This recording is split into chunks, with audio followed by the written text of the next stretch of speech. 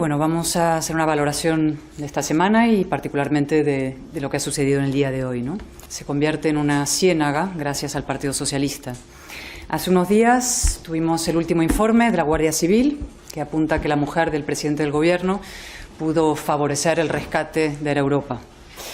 Este lunes, la escort que todos los españoles le pagábamos al ex hombre fuerte del Partido Socialista del Gobierno, señor Ábalos, se negó a declarar en el Senado, pero se ratificó en todo lo que dijo ante el Tribunal Supremo. Es decir, que fue contratada con dinero público para no hacer absolutamente nada. Es decir, con Pedro Sánchez, empresas públicas dependientes del Gobierno han pagado por no ir a trabajar a mujeres que mantenían relaciones sexuales con los ministros. Dicho sin eufemismos, a prostitutas y no solamente a prostitutas. El Estado convertido en una gigantesca agencia de colocación de familiares, amigos y amantes de miembros del Gobierno y del PSOE. No es un milagro, son tus impuestos. Esta semana también hemos conocido que, según los trabajadores del Parador de Teruel, el entonces ministro más poderoso del Gobierno y mano derecha del señor Sánchez, organizó una juerga salvaje en sus instalaciones, también con prostitutas, una gran afición de este Gobierno tan feminista. Y que esa noche también se alojó allí la entonces delegada del Gobierno en Aragón y hoy portavoz del Gobierno y ministra de Educación, de la que todavía esperamos una explicación adulta y pormenorizada. ¿Qué ocurrió allí? ¿Cuándo se enteró de lo que ocurrió? ¿Y por qué no lo contó? Y finalmente, lo de hoy, que son dos novedades estelares. Primera, el Consejo de Europa denuncia que el Gobierno no ha aplicado de manera satisfactoria ninguna de sus 19 recomendaciones sobre la lucha contra la corrupción y la integridad en la Administración. Además, le insta a hacer público el informe porque el Gobierno lleva bloqueándolo meses y meses. Será la célebre transparencia de la que se jacta el Gobierno, es decir, la opacidad, otra forma de corrupción. Es un informe demoledor. Si el señor Sánchez llegó al poder gracias a una moción de censura contra la corrupción y ahora el Consejo de Europa lo censura a él por no luchar contra la corrupción y encima ocultarlo. Pero claro, ¿cómo va a luchar contra la corrupción un Gobierno que la practica? Es decir, que rebaja el delito de malversación por interés político, que se empeña en amnistiar a malversadores contra el criterio del Tribunal Supremo y de Europa, cuyo hombre fuerte, como dije hace un instante, ojo, el que presentó la moción de censura exigiendo decencia, pagaba sus prostitutas con fondos públicos, y el Gobierno cuyo ministro de Justicia se ha pasado la mañana declarando en un caso de corrupción que afecta al entorno más íntimo del presidente del Gobierno. Fíjense qué oportuna coincidencia y qué retrato demoledor de la hipocresía y la descomposición del Gobierno. El mismo día que el Consejo de Europa emite un informe demoledor sobre la falta de compromiso del Gobierno en la lucha contra la corrupción, el ministro de Justicia tiene que declarar por un caso de corrupción y en el propio Palacio de la Moncloa y que afecta, insisto, al entorno más íntimo del presidente del Gobierno, a su propia mujer. Esto último es probablemente lo peor que ha ocurrido esta semana, pero estamos a miércoles, es decir, todavía hay tiempo, ¿no? Lo repito porque son tantos los escándalos que a veces la gravedad de cada uno de ellos se va diluyendo en el vertedero. Un juez ha tenido que desplazarse a la Moncloa para tomar declaración al ministro de Justicia en un caso de corrupción, y no cualquier caso de corrupción, sino uno que afecta al entorno más íntimo del presidente del Gobierno, a su propia mujer. Es decir, una vez más, el Palacio de la Moncloa, sede de la presidencia del Gobierno, convertida en una sala de interrogatorios.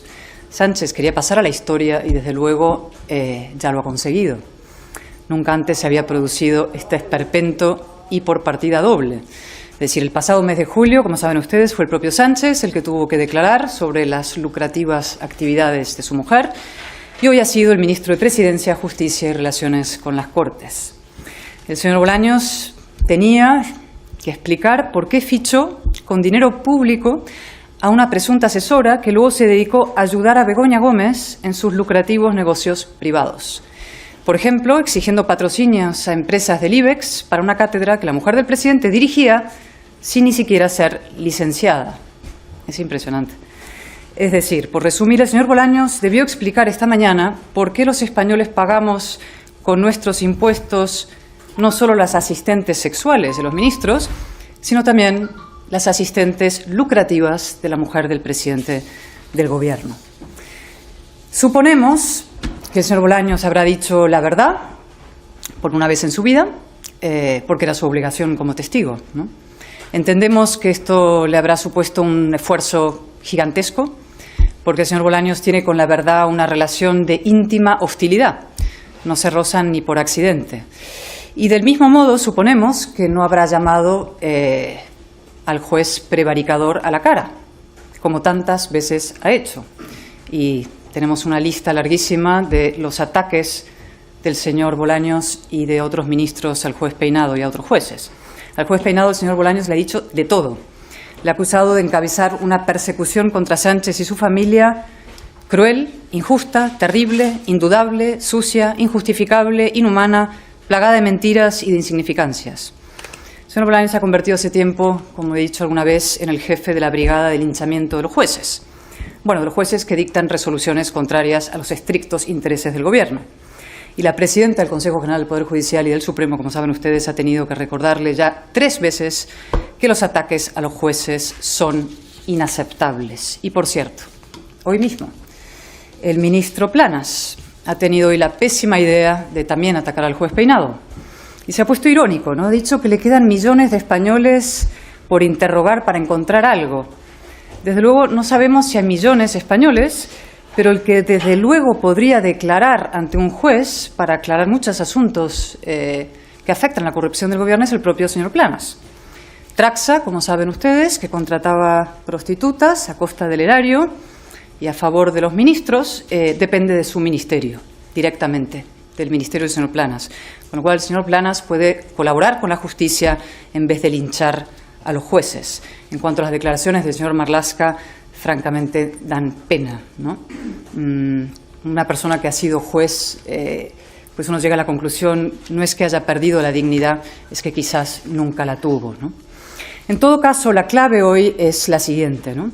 Como a los gobiernos hay que juzgarles por sus propios estándares éticos, nos vemos moral y políticamente compelidos a pedir la dimisión del señor Bolaños. Y es que en la moción de censura contra el presidente Rajoy, el candidato Sánchez sentenció que la mera imagen del presidente declarando como testigo en un caso de corrupción era, y cito literalmente, un punto culminante que exige su dimisión por devaluar la institución. Lo repito, un punto culminante que exige su dimisión por devaluar la institución. Por el mismo criterio, hoy también tenemos un punto culminante. El señor Bolaños tiene que dimitir hoy mismo por devaluar 3 instituciones a la vez: el Ministerio de la Presidencia, el Ministerio de Justicia y el Ministerio de Relaciones con las Cortes.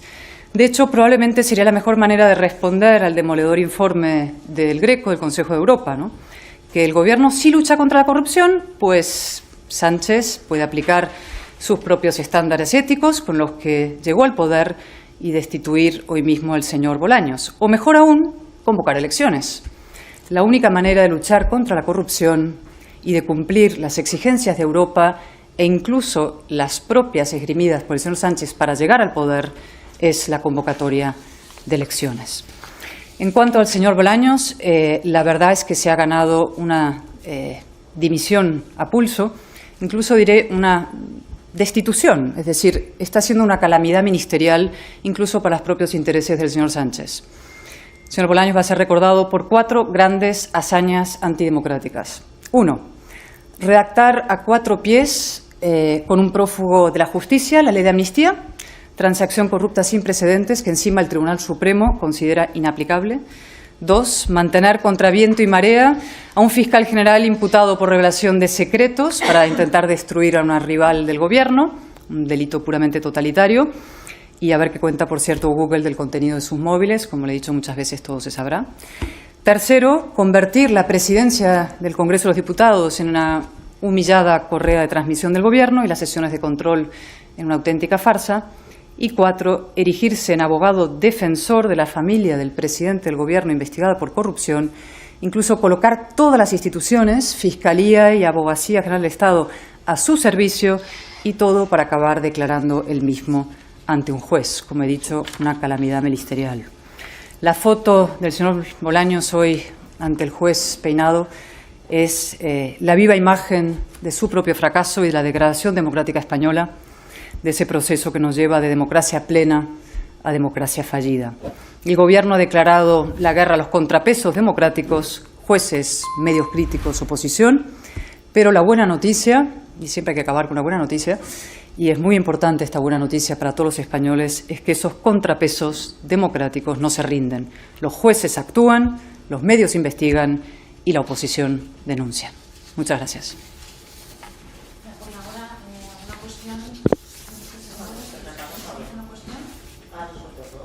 ¿Sí?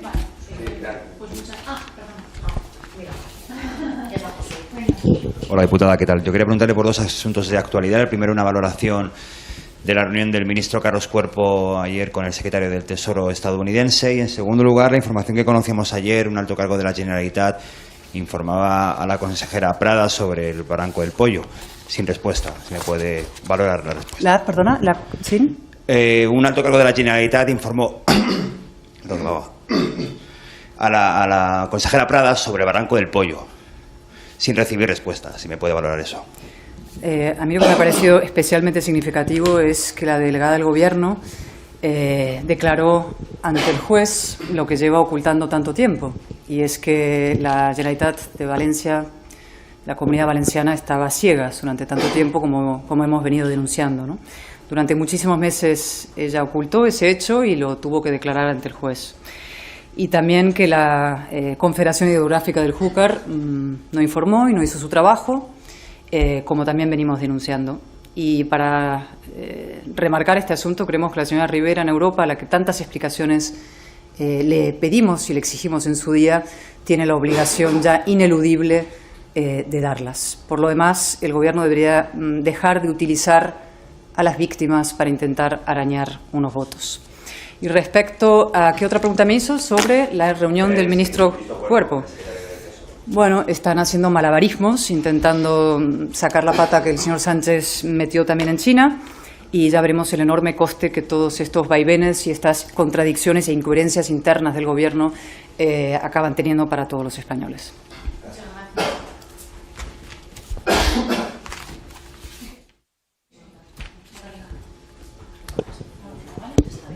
Buenas tardes. Quería saber si nos puede, no sé si tiene la constancia de si el Gobierno ha contactado con el Partido Popular para pasar el primer paso del escudo antiaranceles con el tema de los avales ICO a las empresas. No sé si Yo no tengo tiene la ninguna confirmación información sobre ese asunto.